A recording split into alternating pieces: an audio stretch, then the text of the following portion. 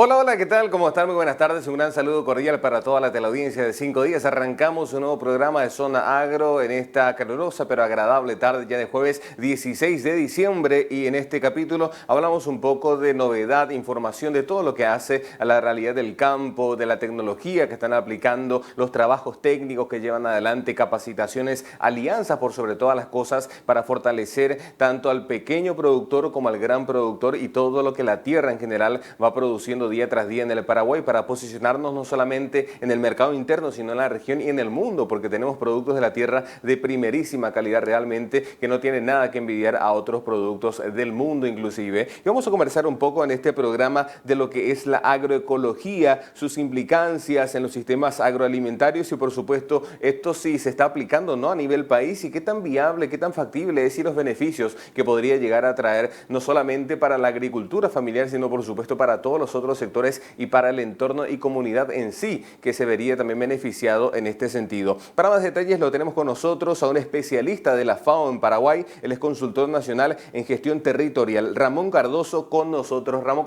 muy buenas tardes. Muy buenas tardes, ¿qué tal? ¿Cómo están? Un gusto compartir con ustedes este espacio. Ramón, queremos conocer un poco de tu experiencia, que nos des un poco de luz al respecto. ¿Qué es la agroecología? ¿Qué entendemos cuando hablamos en términos agroecológicos? ¿La agricultura de por sí ya no es ecológica o las técnicas y metodologías que hoy se aplican están distando mucho de ser ecológicas? ¿Cuál sería más o menos el concepto para comprender más a fondo? Sí, cómo no. Bueno, la agroecología realmente tiene como tres parámetros, tres ejes. Por un lado, es una disciplina científica, es un conjunto de prácticas y un movimiento social también, ¿verdad? Entonces, como una ciencia es la que estudia todos los componentes de la vida en un agroecosistema. Eso quiere decir en un espacio determinado, en un espacio y toda la interacción que tiene ahí con todo lo que vive y con todo lo que sostiene lo que vive, ¿verdad? También como un conjunto de prácticas es todo lo que es sostenible, todo lo que pueda sostener en el tiempo la producción sin degradar mucho el medio ambiente, atendiendo lo que es el cambio climático, cómo cuidamos esta forma y sobre todo pensando mucho en lo que se viene, en el futuro, ¿verdad? Entonces también es un movimiento social que persigue multifunciones. Rescata mucho lo que es la identidad, la cultura, la historia y lo que nosotros decimos mucho en Paraguay, el aranduca ate, ese saber popular muy de tierra adentro. Entonces la agroecología es algo muy amplio, es una apuesta política de cómo ser y estar en el mundo. No es solamente un sistema productivo, sino es algo mucho más complejo y por eso es muy bonito, por eso es muy bonito hablar de ello porque se relaciona en la FAO nosotros decimos con todo el sistema agroalimentario desde el momento de planificar lo que necesitamos para cultivar, los conocimientos que tenemos para aplicar y producir bien, cómo se produce, cómo trasladamos eso que producimos y también el propio consumidor o consumidora. En el momento de elegir un producto también participa en todo este sistema. Sino lo que pasa es que últimamente está como que separado. Hablamos de producción por un lado y hablamos de consumidor por otro lado, pero lo correcto es que sea un sistema propio, común, único y pensarlo desde allí. Eso. Sumamente interesante esta perspectiva que nos da Ramón al respecto y también para el conocimiento de la teleaudiencia. Muchas veces en el día a día, en los grandes terrenos de ganadería, por ejemplo, si es que no se aplican metodologías más agroecológicas, uno está llevando la producción en mayor volumen de gases de efecto invernadero, por ejemplo, o en la agricultura, si no aplica las técnicas correctas de cuidado del suelo, también se va degradando. Esto a la larga, en el mediano y largo plazo, va afectando a todo el ecosistema, inclusive que lo circunda, y por ende es tan importante empezar a incurrir en esta clase de prácticas o filosofías y estilos de vida, como ya lo decías vos, como es la agroecología. Ahora, de qué manera uno puede ser más agroecológico? ¿Esto netamente se puede aplicar en el campo o también en el área urbana uno puede ser más agroecológico? Áreas que hay. Es lo que desde el comienzo nos abocamos a ellos. Uno de los primeros principios biológicos nuestros es el de comer. Entonces hay toda una trayectoria, toda una historia, toda una ciencia allí, ¿verdad? Basta con pensar un poco el nombre de ciertos alimentos como el maíz. El maíz en guaraní el abatí. Y cuenta la historia en las reducciones guaraníes, era el abatití, era el que le da de mamar a las personas. Entonces ahí sale el abatí. Entonces, ¿cómo cuidamos nosotros algo tan fundamental que es nuestra comida? ¿Cómo gestionamos eso? ¿Verdad? Todo, es la historia de mi padre, de mi abuelo que ya me enseñó a hacer así. Eso yo vuelvo a traer. A veces incorporo tecnologías queriendo producir mejor. Y lentamente con el tiempo, con estos hábitos muy de descarte y de consumo, fuimos centrándonos en el bien ganancial, en producir dinero. Y hoy el que tiene dinero come mejor, el que no alcanza una suma monetaria come peor. Hoy comer saludable es caro, entonces se acomplejiza la situación allí, ¿verdad? Entonces, es una forma y es como, sobre todo pensando en lo que es la sostenibilidad, cómo nosotros garantizamos que se siga produciendo esto, ¿verdad? Pues vivimos en un planeta limitado. El Paraguay tiene sus perímetros delineados y limitados. Cada vez seremos más. Y la frontera agrícola y la frontera del país es muy complicada avanzar. Entonces es un sitio donde tenemos que saber producir más, pero por supuesto, garantizar que sigamos produciendo más. Una cosa es centrarnos en los rendimientos, una cosa es centrarnos en tecnologías de punta para sostener un rubro en específico, pero nosotros no vivimos comiendo una sola cosa siempre.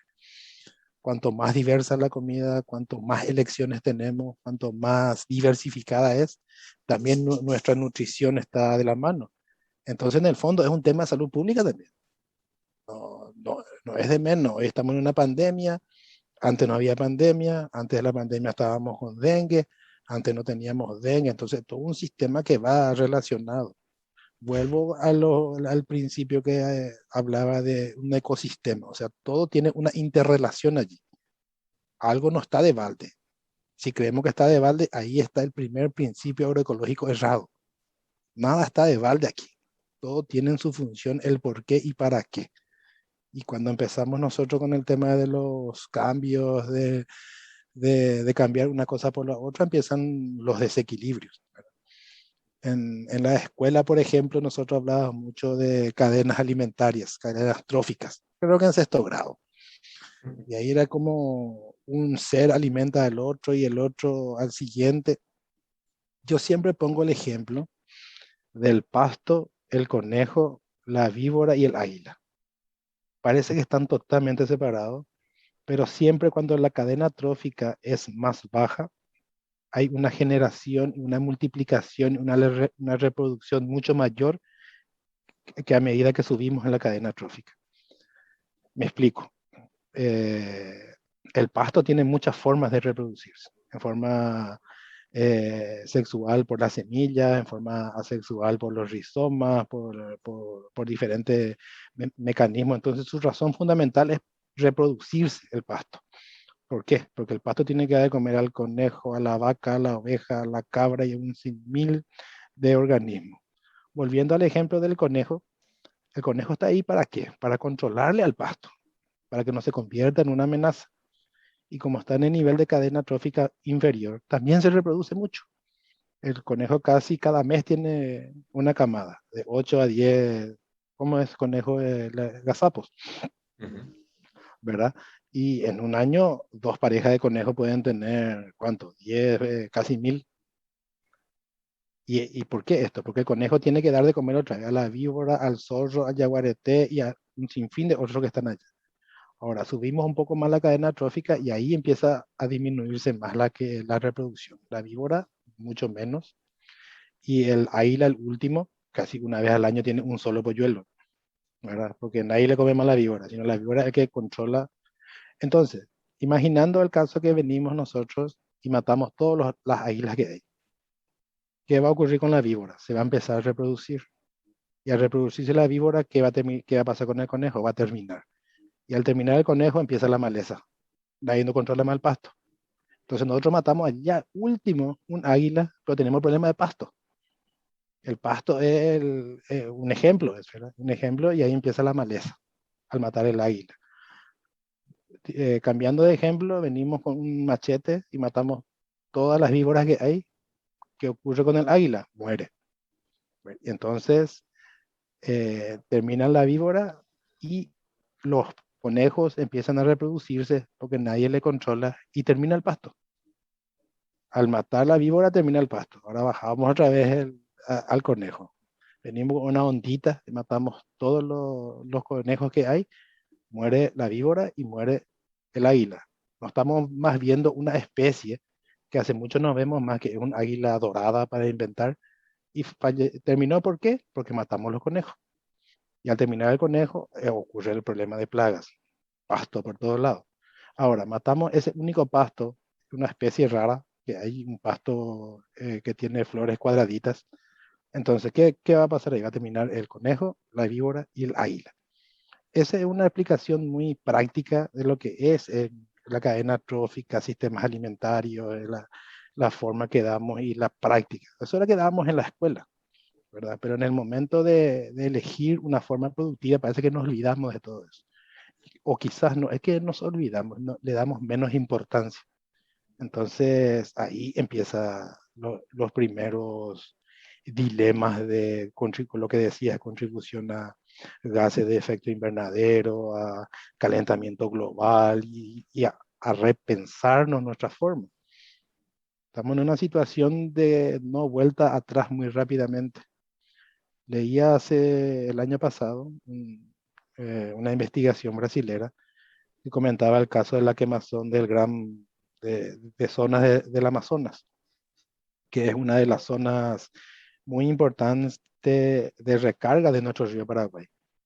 O sea, si acá en el puerto de Asunción tenemos el río Bajo, no, es porque acá no llueve, es porque allá no llueve en Brasil, ¿verdad? Y estos bosques que estaban allí trabajan como una esponja para absorber el sistema del ciclo de lluvia que viene del Atlántico. Viene del Atlántico corriendo en dirección hacia la cordillera de los Andes, choca con la cordillera de los Andes, vuelve esa humedad y se concentra por la masa boscosa que hay en el Amazonas y empieza a llover ahí. Entonces esa masa boscosa hoy está disminuida y esa cantidad de humedad que entraba a chocar por los Andes regresa al Atlántico sin llover tanto allí. Entonces está lloviendo menos acá porque allá se quemó. Y decía esta investigación brasilera que si hoy mismo, hoy, se reforestan la misma cantidad de hectáreas quemadas, dentro de 20 años vamos a volver en cómo estábamos antes de la quemación.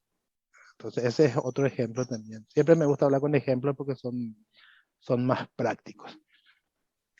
Sin lugar a dudas, Ramón, realmente hablamos de ejemplos muy prácticos que nos ayudan a visibilizar un poco más esto que tiene que ver con la interconexión de todos los elementos que conforman la naturaleza y el entorno en el cual convivimos. Por ende, si uno se dedica a la producción, a la agricultura, a la ganadería o se encuentra en el sector privado, en el área urbana, tiene que ser consciente también de que cada acción tiene una consecuencia y de que la manera en que se va desarrollando, por ejemplo, en el campo, a nivel productivo, también tiene sus consecuencias y debería ir haciéndolo de manera a cuidar a que todos los elementos, tanto seres vivos como no vivos, que conforman digamos, un entorno, un ecosistema, puedan mantenerse en equilibrio. Es sumamente interesante esa percepción. Ahora, Ramón, por cuestiones de tiempo, lastimosamente, esto se va apretando, se nos van ajustando y varias preguntas tengo que ir descartándolas. Consultarte, ¿cuál es tu experiencia en el día a día con la FAO aquí en el Paraguay? Y principalmente se vive mucho todavía sistemas agroecológicos en el campo, especialmente comunidades indígenas, comunidades campesinas, y coincidentemente cuando más alejada a zonas urbanas hay como un sistema más autónomo, más sostenible. Cuando un sistema productivo se acerca más a las urbes, como que depende más empiezan los problemas más de insostenibilidad y de seguridad alimentaria. Entonces, es todo la experiencia más centrada es cómo pensamos políticas, cómo gestionamos acciones, programas para sostener ese medio de vida tan vulnerable hoy. E insisto en lo que te decía hace rato, nosotros nos gusta tener una mesa diversificada y sana. Y hoy en día el mayor productor o la mayor productora de una mesa diversificada y sana son sistemas agroecológicos. Pero no hay una preocupación más a fondo, no hay una apuesta más seria para sostener eso. Entonces, cuando nosotros hablamos de vulnerabilidad de los medios de vida que producen comida sana o agroecológica, estamos hablando de nuestra seguridad alimentaria también. Estamos hablando de nuestra seguridad alimentaria y nuestra soberanía, y eso quiere decir que empezamos a depender de otros sistemas. O sea, vamos a empezar a depender, si no tomamos con seriedad este asunto, vamos a empezar a depender de qué produce Argentina, de qué produce Brasil, para que nosotros comamos. Entonces, es una cuestión ya de... Y teniendo en cuenta lo que decía hace rato, el cambio climático, que es presente, es una realidad. Muchos ya hablan de crisis climática, no tanto de cambio climático, y esto es presente, está. Entonces tendríamos que ver también una agricultura diferente, una agricultura climáticamente inteligente, de cómo producimos allí. Seguir produciendo como estamos haciendo, vamos a volver a caer en los mismos errores, porque el contexto es diferente, es dinámico, ya mutó, ya cambió. Si nosotros tenemos una forma estática, vamos a seguir quedando allí, ¿verdad? Eso, el ejemplo del agronegocio es muy claro en eso. El agronegocio avanza, piensa, apuesta hacia allí y va. Pero el sistema campesino, indígena, agroecológico está muy relegado de esa situación. Entonces es momento de investigar, producir datos, tecnologías acorde al pequeño productor campesino, o, vuelvo a insistir por tercera vez, va a terminar esa mesa diversificada y sana que nosotros queremos. O sea, no es que el sistema campesino está separado de la zona urbana, está totalmente conectado, ¿verdad? Eso. Sin lugar a dudas, Ramón, es un tema demasiado importante, interesante, que tenemos que difundirlo día tras día en espacios como estos para que la teleaudiencia vaya siendo también un poco más consciente, al igual que todos en general, del compromiso, del rol y del ejercicio de contralor que tenemos que fungir todos para que las políticas públicas también vayan un poco más alineadas hacia ese norte, el de conseguir sistemas productivos mucho más sostenibles, mucho más trazables, y que al fin y al cabo esto vuelva todo un ecosistema mucho más sustentable que permita a las futuras generaciones también poder seguir desarrollándose en un entorno saludable, que es lo más importante. Ramón, realmente muy interesante la charla. Creo que nos falta mucho más tiempo para poder ahondar en puntos más profundos de esta temática tan apasionante, pero bueno, yo creo que podríamos dejarlo para una siguiente ocasión. Más que nada agradecerte por tu tiempo, esta predisposición para con nosotros, y como yo siempre digo, esperando que no sea la última entrevista. Cuando guste podemos ir tocando temas más puntuales, específicos, compartir nuestra experiencia con hechos reales que ocurren acá, ¿verdad? Entonces va a ser mucho más ameno, pero siempre es interesante como que tomar un marco conceptual general y desde allí ir desglosando y ir aterrizando más cuestiones más nuestras, ¿verdad? Entonces, agradecido por el tiempo y nos estamos viendo dentro de poco. Te tomo la palabra, Excelente, Temo. Ramón, muchas gracias, un gran saludo. Dale, David, muchas gracias y saludo a toda la audiencia que están del otro lado. Excelente, muchísimas gracias. Así lo teníamos con nosotros, señora, señor, a Ramón Cardoso. Él es consultor nacional en gestión territorial y especialista de la FAO en Paraguay. Hoy hablando un poquito a grandes rasgos en términos generales de la agroecología, un tema tan apasionante e importante que tenemos que ponerlo en agenda, conversarlo más, difundirlo y debatirlo más en torno a su implementación en el día a día. Pero bueno, con esto lastimosamente llegamos al final, tenemos que despedirnos. Será hasta mañana con muchas más noticias e información aquí por las pantallas de 5 Días TV. Chao, chao.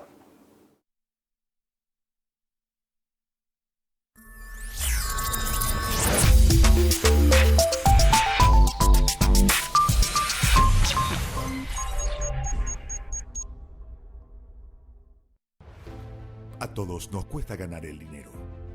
Por eso entendemos el valor de cuidarlo. Hoy más que nunca, creemos que es fundamental elegir las cosas que nos gusta hacer. Y para poder hacer siempre un poco más, hay algo que es muy importante: el ahorro.